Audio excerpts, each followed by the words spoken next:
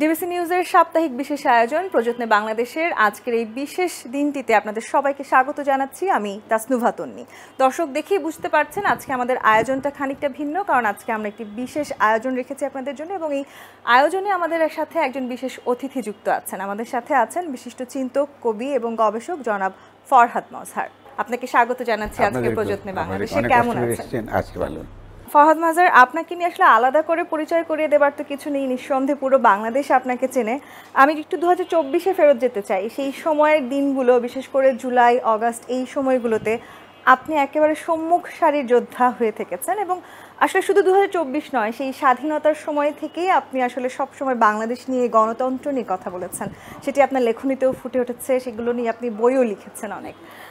2024-এ আসলে যেই আকাঙ্ক্ষা ছিল, যেই গণঅভ্যুত্থানের পেছনে আসলে আপনাদের যেই চাওয়া পাওয়া প্রত্যাশা ছিল, আজকে 2025-এ এসে দাঁড়িয়ে আজকের এই অগাস্ট মাসে এই অন্তর্বর্তী সরকার 1 বছর পূরণ হচ্ছে, ঠিক নিজেকে কোথায় দেখছেন? যেটি চেয়েছিলেন সেরকমটা বাংলাদেশ পেয়েছেন কিনা? না, প্রথমত তো আমরা অনেক দূরে এগিয়ে গেছি, এটা কোনো সন্দেহ নাই। কেন এগিয়ে গেছি বলি, কারণ সমাজের যে রাষ্ট্রটা আপনি গঠন করেন, সেই রাষ্ট্রটা সমাজের বুদ্ধিবৃত্তিক স্তরের সঙ্গে যুক্ত। মানে সমাজ যতটুকু চিন্তা করতে পারে ততটুকুই রাষ্ট্র সে করতে পারে। ফলে অভিপ্রায় বলি আমরা, জনগণের অভিপ্রায়ও তেমনি সেই বুদ্ধিবৃত্তিক যে চর্চা, তার দ্বারা এটা তৈরি হয়। ফলে ওই বিশেষ রাজনৈতিক কর্তা সত্তা, যাদেরকে আমরা জনগণ বলি, এটা তো লম্বা লড়াইয়ের ব্যাপার। তো সেদিক থেকে তাকালে কতগুলো অর্জনের কথা বলি, এরপর আমরা ব্যর্থতার কথাগুলো বলবো। প্রথম অর্জন হলো শেখ হাসিনা নাই এবং ডিবিসি আমার বাসায়। এটা বিরাট ঘটনা, এটা যথেষ্ট তাৎপর্যপূর্ণ, মানে অর্জনের দিক থেকে যদি আমরা তাকাই। এবং আমি ধন্যবাদ জানাবো যে আমি নিঃসন্দেহে মনে করি যে আমাদের গণমাধ্যমের অত্যন্ত গুরুত্বপূর্ণ ভূমিকা আছে, কিন্তু এর আগে গণমাধ্যম সেই ভূমিকাটুকু রাখেনি। মানে জনগণের কাছে পৌঁছানোর জন্য যে কথাগুলো বলা দরকার, যে এডুকেশন দরকার, যে চর্চাটা, এটা হয়নি। 2 নম্বরটা হচ্ছে যে আমি 2023-এ আমরা যে বই বেরিয়েছে গণ অভ্যুত্থান ও গঠন, ফলে এটা তরুণদের একটা বিপুল একটা অংশকে প্রভাবিত করেছে। শুধু তরুণ নয়, আমাদের সমাজে বিভিন্ন স্তরে যারা আছেন তারা এদিকে প্রভাবিত করেছে। ফলে তখন ধরুন জুলাইয়ে আমার যে ধারণা ছিল যে এটা খুব স্মুথ হবে ট্রানজিশনটা, মানে একটা গণঅভ্যুত্থান ঘটবে, একটা গাঠনিক মুহূর্ত আসবে, এবং সেই গাঠনিক মুহূর্তের উপর ভিত্তি করে আমরা একটা নতুন গঠনতন্ত্র প্রণয়ন করতে পারব। মানে গণঅভ্যুত্থান মানেই হলো পুরনো ব্যবস্থার বদল রদ করে দেওয়া, নতুন গঠনতন্ত্র তৈরি করা, নতুন রাষ্ট্র তৈরি করা। কিন্তু আমরা লড়াইয়ের মধ্যে দিয়ে আমার প্রথম অভিজ্ঞতা হলো যে আমাদের সমাজের যারা তথাকথিত চিন্তাশীল শ্রেণী, এদের চিন্তার দৌড়টা অত্যন্ত পশ্চাৎপদ। তরুণরা না, কিন্তু তারা কিন্তু লড়েছে, তারা কিন্তু গুলির সামনে দাঁড়িয়েছে।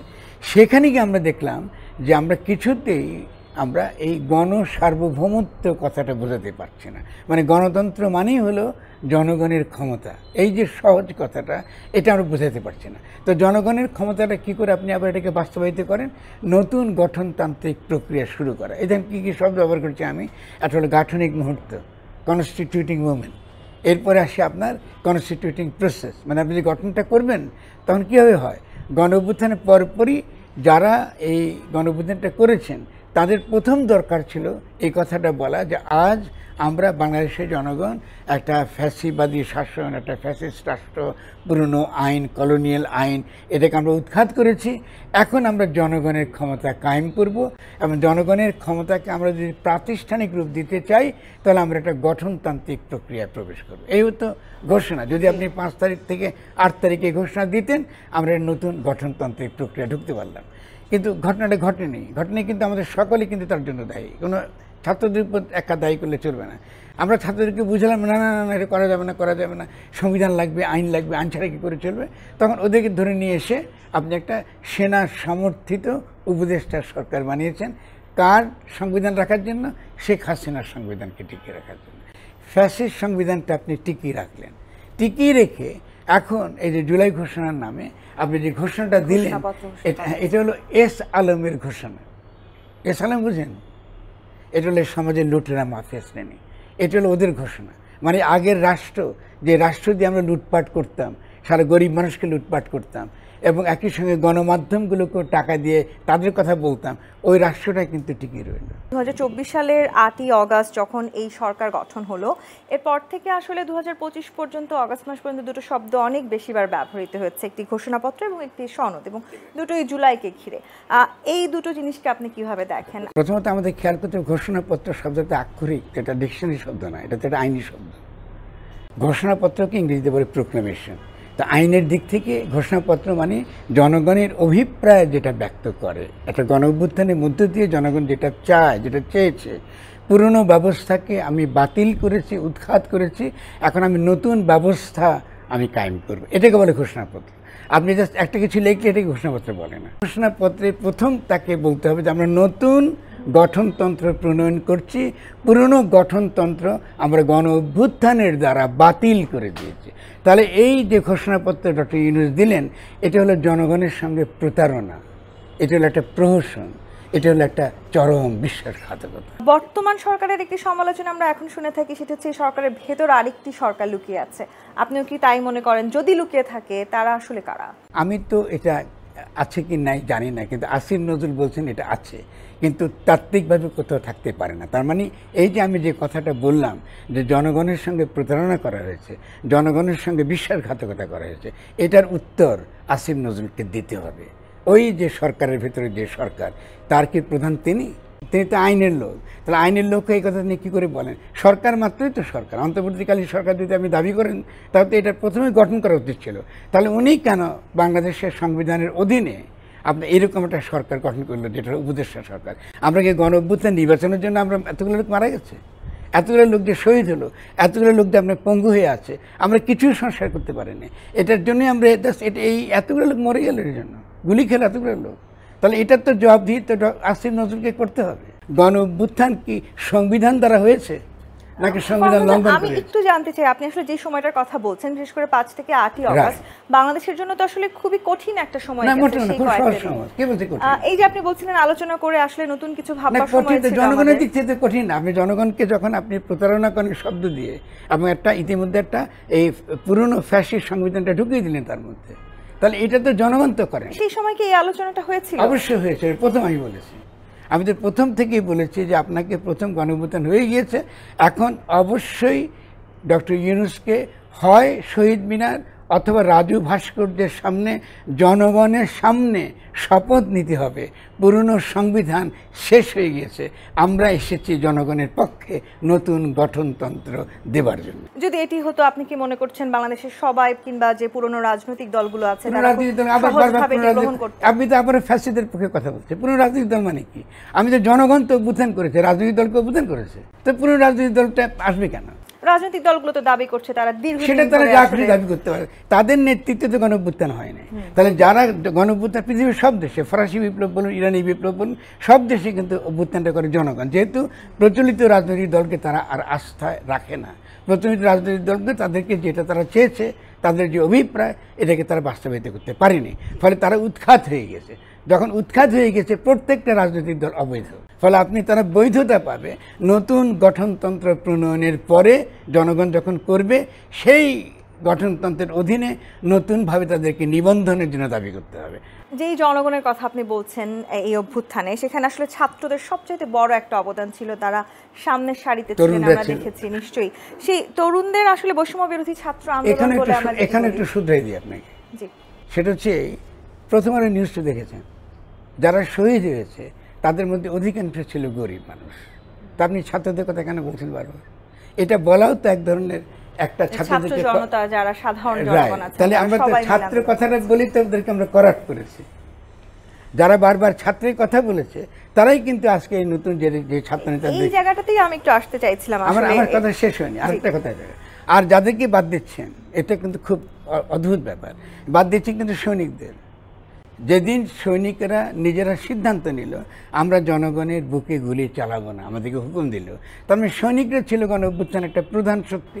তো আপনারা যে এই যে ডক্টর ইউনূস যে ঘোষণা দিলেন, সে তো সাধারণ সৈনিকদের প্রতি কোনো ধন্যবাদও নেই। এটা কী করে গ্রহণযোগ্য হবে?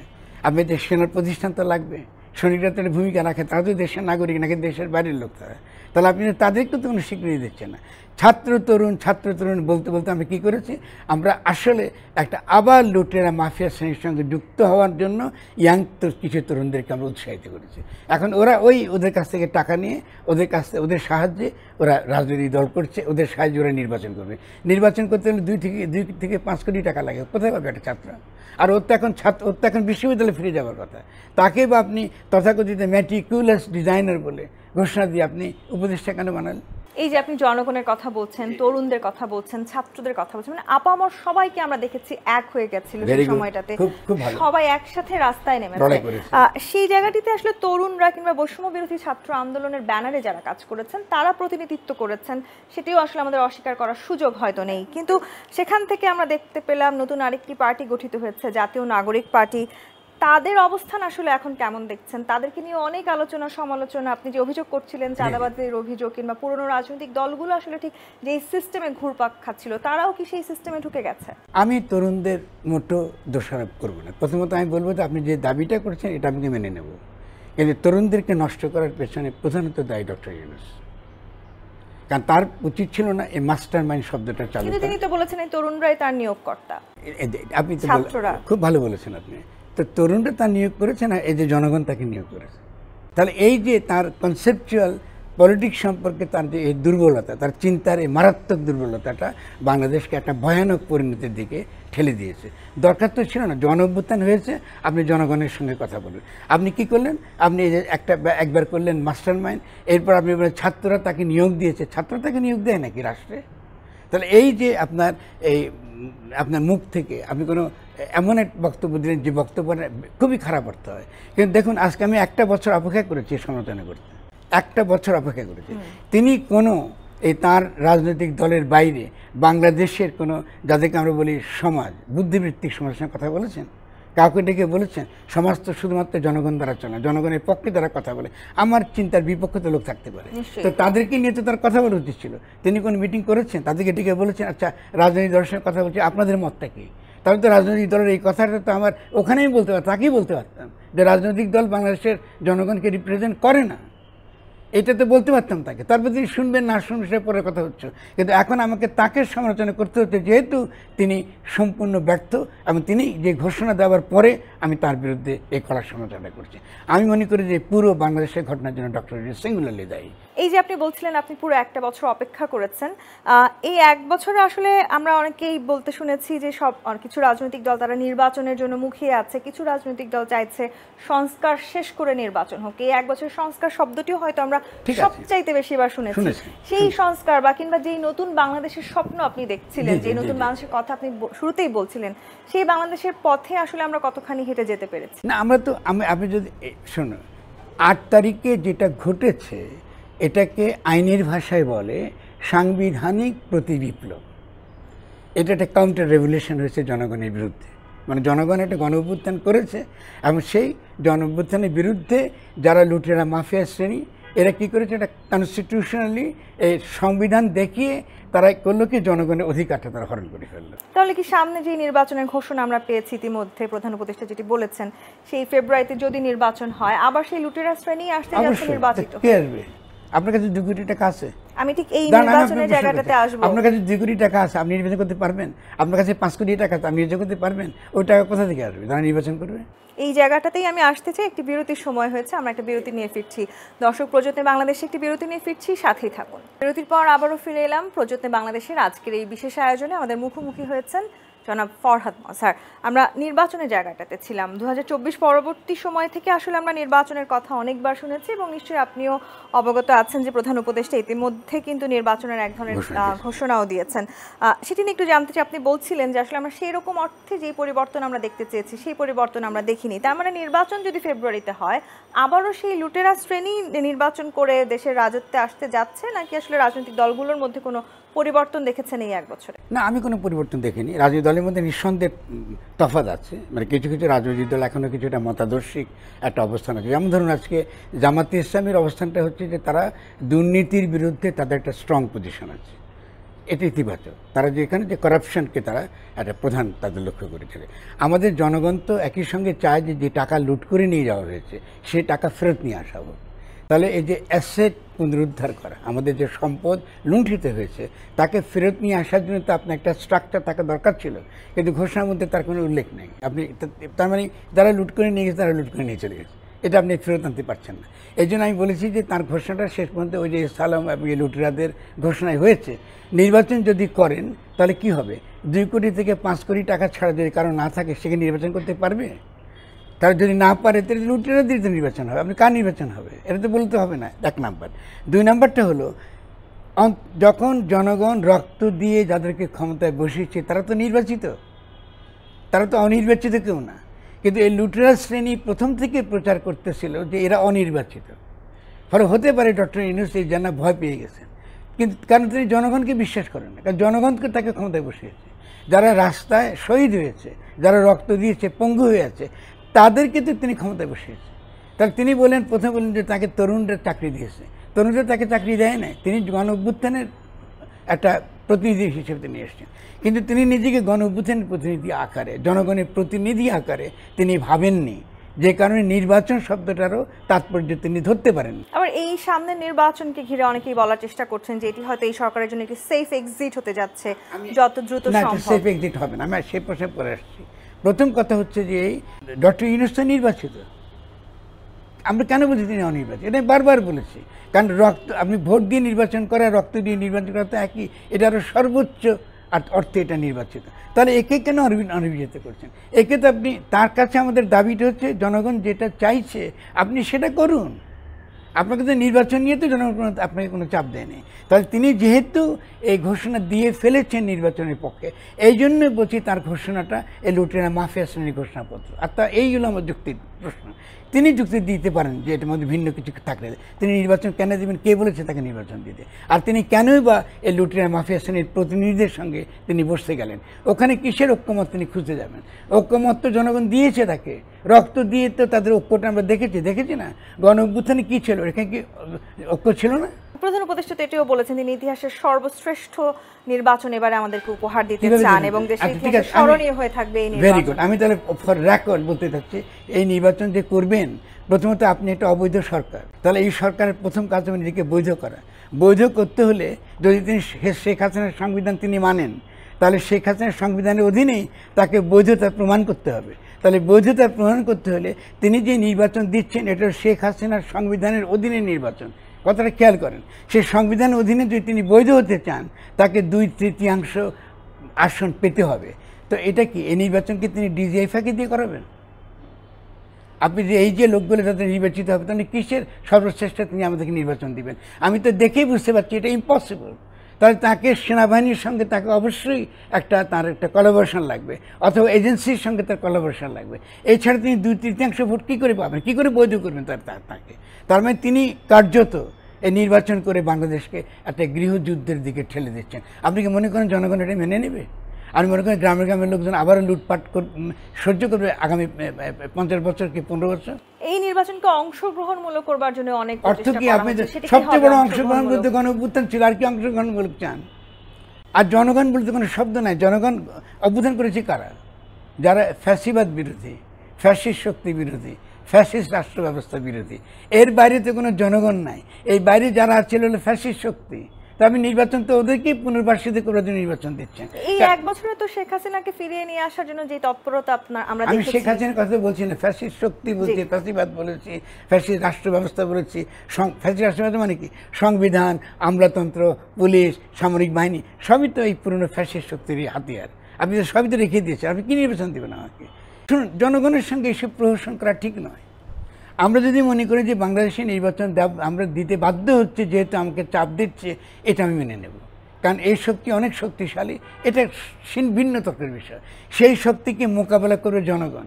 যে জনগণ ডক্টর ইউনূসকে ক্ষমতায় বসিয়েছে, সেই জনগণই ফ্যাসিস্ট শক্তিকে মোকাবেলা করবে। তিনি তো মোকাবেলা করতে দিলেন না। আবার শেখ হাসিনাকে ফেরত নিয়ে এসে যে বিচার আমরা দেখতে চাই, সেই বিচার কার্যকর করতে সরকারকে যথেষ্ট তৎপর হতে দেখেছেন? আমি বলব যে না। আর দ্বিতীয়ত হচ্ছে আপনি বিচারটা করবেন, দেখেন প্রত্যেকটা ক্ষেত্রে সংবিধানের প্রশ্নটা জড়িত।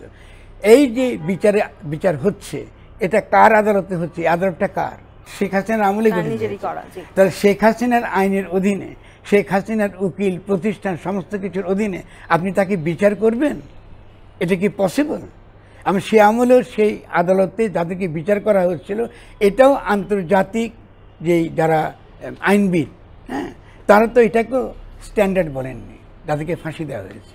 তাহলে আপনি একটা যেই আদালতটা ইতিমধ্যেই প্রশ্নবিদ্ধ আন্তর্জাতিকভাবে, ওখানে কি করে আপনি শেখ হাসিনাকে বিচার করবেন, যেখানে শেখ হাসিনার পেছনে পুরো ভারত রয়েছে, দিল্লি তার পেছনে রয়েছে, আরও বহু রকম শক্তি তার পেছনে রয়েছে। আপনি কি করে তাকে বিচার করবেন জনগণ ছাড়া?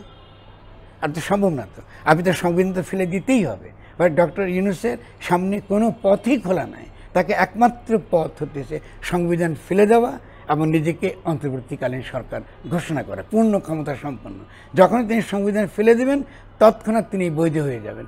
জনগণের পক্ষে তিনি যদি বিচার করেন, জনগণের পক্ষে যদি তিনি গণ আদালত গঠন করেন, জনগণের পক্ষে তিনি আবার আদালতকে পুনর্গঠিত করেন, আমলাতন্ত্রকে পুনর্গঠিত করেন, সবই বৈধ হবে। আবার বিশেষ করে যদি আমি বিএনপির কথা বলি, তারা এই সংবিধান পরিবর্তনের একেবারে বিপক্ষে অবস্থান নিয়েছে।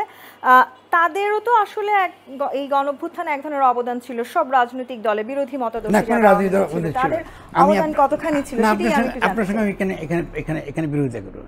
বিএনপি যদি গণঅভ্যুত্থান চাইতো, তাহলে আজকে বিএনপি ক্ষমতায় থাকত। বিএনপি গণঅভ্যুত্থান চায়নি, আগাগোড়া গণঅভ্যুত্থান বিরোধিতা করেছে। বিএনপির দাবি কী ছিল? সে বলছে নির্দলীয় নিরপেক্ষ সরকারের অধীনে নির্বাচন। সে নির্বাচনই চেয়েছে, এখন সে নির্বাচনই পেয়েছে। তো নির্বাচন কারা চায়? বারবার বলেছে নির্বাচন তারাই চায়, তারা লুটেরা মাফিয়া শ্রেণী। ফলে সে লুটেরা মাফিয়া শ্রেণীর রাজনৈতিক দল আকারে সেই দাবিগুলো তুলেছে।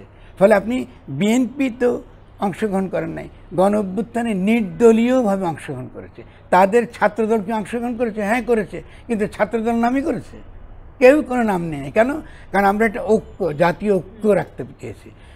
ফ্যাসিবাদের বিরুদ্ধে, ফ্যাসিস্ট শক্তি এবং ফ্যাসিস্ট রাষ্ট্রপ্রথার বিরুদ্ধে আমরা একটা গণ ঐক্য তৈরি করেছি। ফলে ডক্টর ইউনূসের জাতীয় ঐক্য কমিশনটা ছিল সেই গণ ঐক্যকে ধ্বংস করার ঐক্য।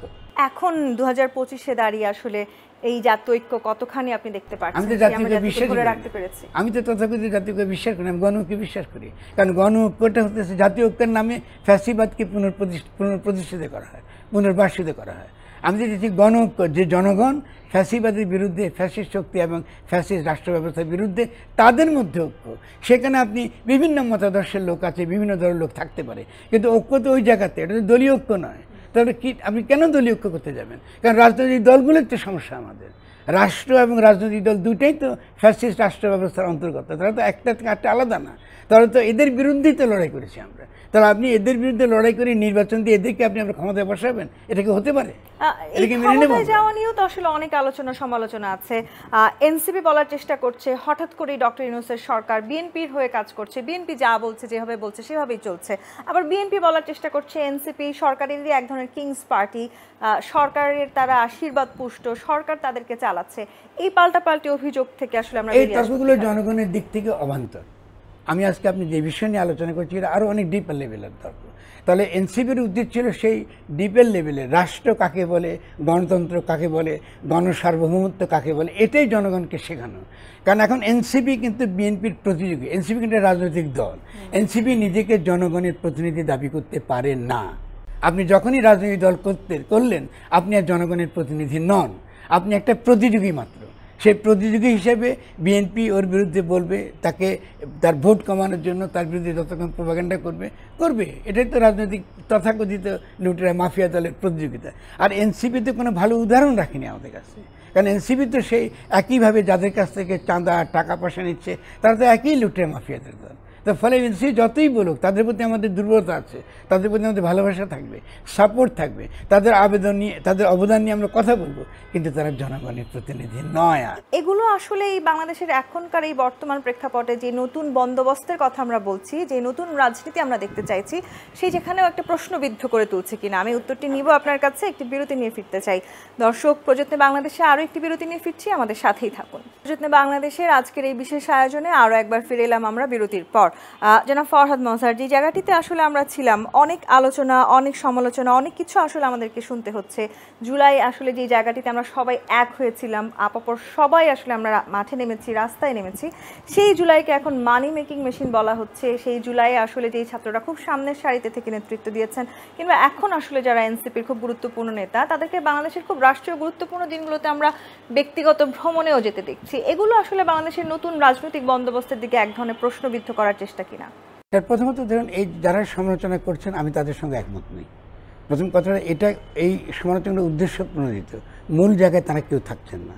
মূল জায়গাটা হচ্ছে যে আমরা 8 তারিখে একটা সাংবিধানিক প্রতিবিপ্লব হয়েছে, ফলে এই সাংবিধানিক প্রতিবিপ্লব থেকে মুক্তি কী করে পাবো, এটা হচ্ছে ইস্যু আমাদের জন্য। এখন ছাত্ররা তো তরুণ বয়সে, ছাত্ররা অনেক ভুল করতে পারে, এটা নিয়ে এটাকে এত বাড়াবাড়ি করার কারণটা হচ্ছে ওই যেটা আপনাকে শুরুতে বললাম, ওই যে লুটেরা মাফিয়া শ্রেণীকে শক্তিশালী করা, তার পক্ষে তো কোনো না কোনো যুক্তি খাড়া করতে হবে। ছাত্রদের মধ্যে 3 জন খারাপ হতেই পারে, বাকি 7 জন তার খারাপ হতে পারে। ফলে তারাই তো বুলেটের মুখে দাঁড়িয়েছে, তারাই তো এই গণঅভ্যুত্থানটা সফল করেছে। ফলে আপনি যদি ক্রমাগত অন্যায়ভাবে তাদেরকে সমালোচনা করেন, এটা আমি গ্রহণ করি না। ছাত্রদের মধ্যে যারা গেছে কক্সবাজারে, আমি মনে করি তারা বোকামি করেছে, ভুল করেছে, কিন্তু তারা তো বয়স কম, যদি অনেক হয়তো বুঝতে পারেনি, পলিটিক্যাল কনসিকুয়েন্সটা বুঝতে পারেনি। আর আমি বিশ্বাস করি না তারা গিয়ে ওখানে পিঠা হাসার সঙ্গে মিটিং করতে গেছে। এটা একান্ত এই গুজবটা ছড়ানো হয়েছে ছাত্রদের বিরুদ্ধে অত্যন্ত পরিকল্পিতভাবে, কিন্তু তারা ওখানে গেছে, এটাকে আমি তাদেরকে অবশ্যই তিরস্কার করবো। কিন্তু তার জন্য তাদের কোনো রাজনৈতিক ভূমিকা নেয়, তারা কিছু ইতিবাচক করতে পারবেন তা না। ছাত্রদেরকে আপনি সমালোচনা করবেন যেন তারা সঠিকভাবে তারা কাজটা করে। যেমন ধরুন, আমি ছাত্রদেরকে প্রথম দিন থেকে বলেছি আমি নির্বাচনবাদী কোনো রাজনৈতিক দল চাই না, এটা বিরোধিতা করব।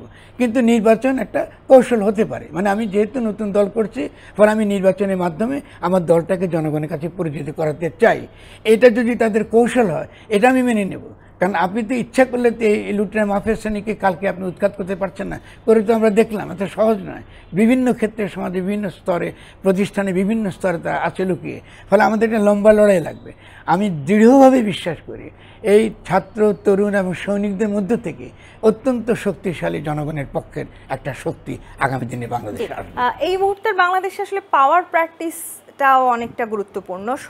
সবাই আসলে যারাই রাজনৈতিক দল করছেন, তারা নিজেদের পাওয়ার প্র্যাকটিস করতে চান, এবং নির্বাচিত হয়ে তারা আদৌ ক্ষমতায় আসতে পারবেন কিনা সেটি নিয়ে তাদের অনেক চিন্তা। সে কারণে অনেকেই বলার চেষ্টা করছেন যারা আসলে এই মুহূর্তে ভয় পাচ্ছেন, তারা হয়তো নির্বাচন করলে জনগণের ভোটে নির্বাচিত হবেন না, তারা দীর্ঘদিন এই সরকারকে টিকিয়ে রাখতে চায়। সেটিকে কিভাবে দেখছেন? না, প্রথমত আপনি খুব ভালো কথা বলেছেন, কিন্তু এটা তো ভূ রাজনীতির সঙ্গে জড়িত।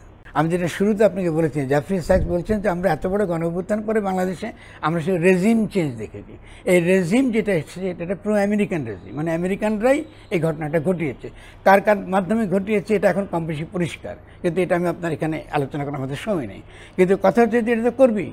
দিল্লি শুরুর দিকে চেষ্টা করেছে, দিল্লি সক্ষম হয়নি, কিন্তু পরের দিকে আমরা দেখলাম যে মার্কিন যুক্তরাষ্ট্র বিদেশ থেকে যখন যারা ওই এমনকি মানে বিদেশি পাসপোর্টধারীরা যখন গুরুত্বপূর্ণ পদে সে বসলো, তখনই আমি বুঝতে পারলাম যে ক্ষমতার বদলটা হয়েছে। ক্ষমতার লড়াই তো চলবে, কিন্তু জনগণ কিন্তু ক্ষমতা তৈরি করে গণ অভ্যুত্থান, গণ আন্দোলনের মধ্য দিয়ে। জনগণ কিন্তু অভিজ্ঞ হয় এই ধরনের ব্যর্থতার মধ্য দিয়ে। ফলে আমি মোটেও মনে করি না জুলাই গণঅভ্যুত্থান ব্যর্থ হয়েছে। আমরা জুলাই গণঅভ্যুত্থানকে আমাদেরকে অনেক কিছু শিখিয়েছে। আগামীবারে বাংলার জনগণ আরেকবার ভুল করবেন। আপনি যে অন্তর্বর্তীকালীন সরকারকে উপদেষ্টা সরকার বলছেন, একটু ভিন্ন প্রসঙ্গে আমি যেতে চাই। আপনার সহধর্মিনী, তিনিও একজন এই সরকারের খুবই গুরুত্বপূর্ণ উপদেষ্টা। নিঃসন্দেহে বাংলাদেশের যখন রাষ্ট্রীয় কোনো খুব গুরুত্বপূর্ণ সিদ্ধান্ত নিতে হয়, যেহেতু সেই মানুষটি আপনার সহধর্মিনী, আপনারা কখনো আলোচনা করেন? হ্যাঁ, নিশ্চয়ই আলোচনা করি, কিন্তু আমি সেটা তার সঙ্গে আমার ব্যক্তিগত পর্যায়ে কী আলোচনা সেটা ডেফিনেটলি অন্য। কিন্তু তিনি উপদেষ্টা হিসেবে তিনি তার কাজের প্রতি সম্পূর্ণ কমিটেড, সেখানে তার কোনো গাফলতি নেই। সে তার ক্যাবিনেট, তার সরকার তাকে এটা বুঝবে। কিন্তু আপনাকে মনে করেন এর উত্তর কিন্তু আসিফ নতুন দিয়ে দিয়েছে যে সরকারের মধ্যে একটা সরকার থাকে, ফলে তিনি কার্যত কিন্তু সরকারের অন্তর্গত নন। হয়তো এটা বাইরে থেকে আমি বুঝতে পারি, এটা জনগণের বোঝা দরকার।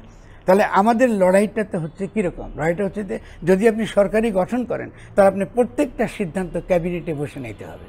আমি নিঃসন্দেহে মনে করবো তাকেও জবাবদিহি করতে হবে যদি ক্যাবিনেটের মিটিংয়ে এমন কোনো সিদ্ধান্ত নেওয়া হয়েছে যেটা বলছি এখন। আমি যেমন প্রশ্ন করব যে ক্যাবিনেটে কি এই ঘোষণা কি পাস হয়েছে? হয়নি, তো উনি কেন দায় নেবে? আর দ্বিতীয়ত যারা বলে যে তাহলে উনি সরকারে কেন ক্ষমতা থাকবেন, এইটাই তো আমার লড়াইয়ের কৌশল হতে পারে। আমি জনগণের পক্ষে আজকে তো দেখুন আরও যেসব উপদেষ্টা আছে, আমি তো তাদেরকেও বলবো না যে তোমরা মন্ত্রণালয় ছেড়ে দাও। আমি উল্টাটা বলবো, তোমরা মন্ত্রণালয়কে এমনভাবে সুষ্ঠুভাবে পরিচালিত করো যেন আগামী দিনে তরুণদেরকে নির্বাচিত করতে জনগণ কোনো প্রকার আপনার না বোধ করে। এই যে আপনি কৌশলের কথা বলছিলেন, গণ অভ্যুত্থানের সময়টাতে তো আসলে নানানভাবে আমাদেরকে কৌশল নিতে হয়েছে, জি, এবং নানান রকম পরিকল্পনা করতে হয়েছে, এবং আপনি সেই জায়গাটাতে খুবই গুরুত্বপূর্ণ একটি জায়গা অবস্থান রেখেছেন। একটু সেই সময়কার কথা একটু জানতে চাই। সেই সময়গুলো নিশ্চয়ই বেশ কঠিনও ছিল, কিছু সময় আপনাদেরকে সেই পরিকল্পনাগুলো পরিবর্তনও করতে হয়েছে। এখন কি মনে করছেন ঠিক যেই পরিকল্পনা করে এই কঠিন সময় পার করেছেন সেই পরিকল্পনাগুলো বাস্তবায়ন করতে পেরেছেন? হাসিনা তো নাই, শুরুতে আপনাকে বলেছি, এবং আমি মনে করি যে কথা বলার যে সুযোগটা আমরা পেয়েছি এটা খুব সহজে বন্ধ করা যাবে না, ঠিক আছে না? আর আমরা একটা ডিজিটাল ওয়ার্ল্ডে বাস করি এখন তো কথা বলা, কথা প্রচার করা অত সেই হিসাবে কঠিন না। আর দ্বিতীয়ত হচ্ছে যে বড় লাভ হলো এই গণ অভ্যুত্থানের মধ্য দিয়ে তো আমরা অনেকে জনগণের কাছে গেছি এবং জনগণ আমাদের কথা শুনছে। ফলে আমি মনে করি যে এই গণ অভ্যুত্থানের পরে পরবর্তী ধাপে যেই রূপান্তরটা আমরা প্রত্যাশা করছি, গণ অভ্যুত্থানের ট্রুলি তাকে একটা গণ অভ্যুত্থানে পরিণত করে একটা ইতিবাচক যে বাংলাদেশ গঠনের স্বপ্ন আমরা দেখছি, এটা আমরা অনেক সহজে এটা করতে পারি। গণ অভ্যুত্থানের সুফল জনগণের কাছে কতটুকু পৌঁছেছে এই এক বছরে? না, গণ অভ্যুত্থান তো আমি করতে পারিনি, তার আগে তো সাংবিধানিক প্রতিনিধি হয়ে গেল।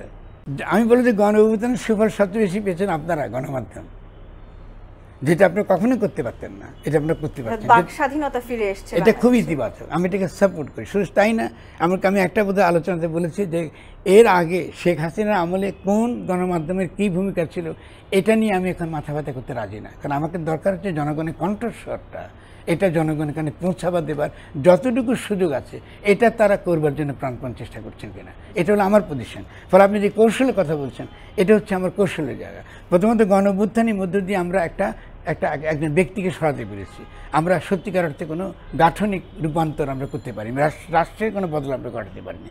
কিন্তু এখন বুদ্ধিবৃত্তিক প্রচারণা, কৌশল, নীতি প্রচারের দ্বারা, আদর্শ প্রচারের দ্বারা আমরা জনগণকে বোঝাতে পারবো যে কোথায় ভুল হয়েছে, এবং দ্বিতীয়বার কিন্তু জনগণ এই ভুল আর করবে না। জি, আমরা একদম অনুষ্ঠানের শেষ পর্যায়ে চলে এসেছি। গণ অভ্যুত্থান আসলে আমাদের সেই যে নয়া বন্দোবস্ত, নতুন রাষ্ট্র, সেদিকে কতখানি নিয়ে যেতে পেরেছে, এবং এই অন্তর্বর্তীকালীন সরকারের যে এক বছর আমরা পার করলাম সেই এক বছর নিয়ে আপনার মূল্যায়ন জানতে চাই। সমাজের মধ্যে তো দুটো মোটা দাগের দুটো শ্রেণী আছে, জনগণ যারা বঞ্চিত, যারা মজলুম, আর বাইরে যারা সমাজে শক্তিশালী, এদের সঙ্গে আন্তর্জাতিক শক্তি জড়িত, এদের সঙ্গে বড় বড় বিগ কর্পোরেশন জড়িত।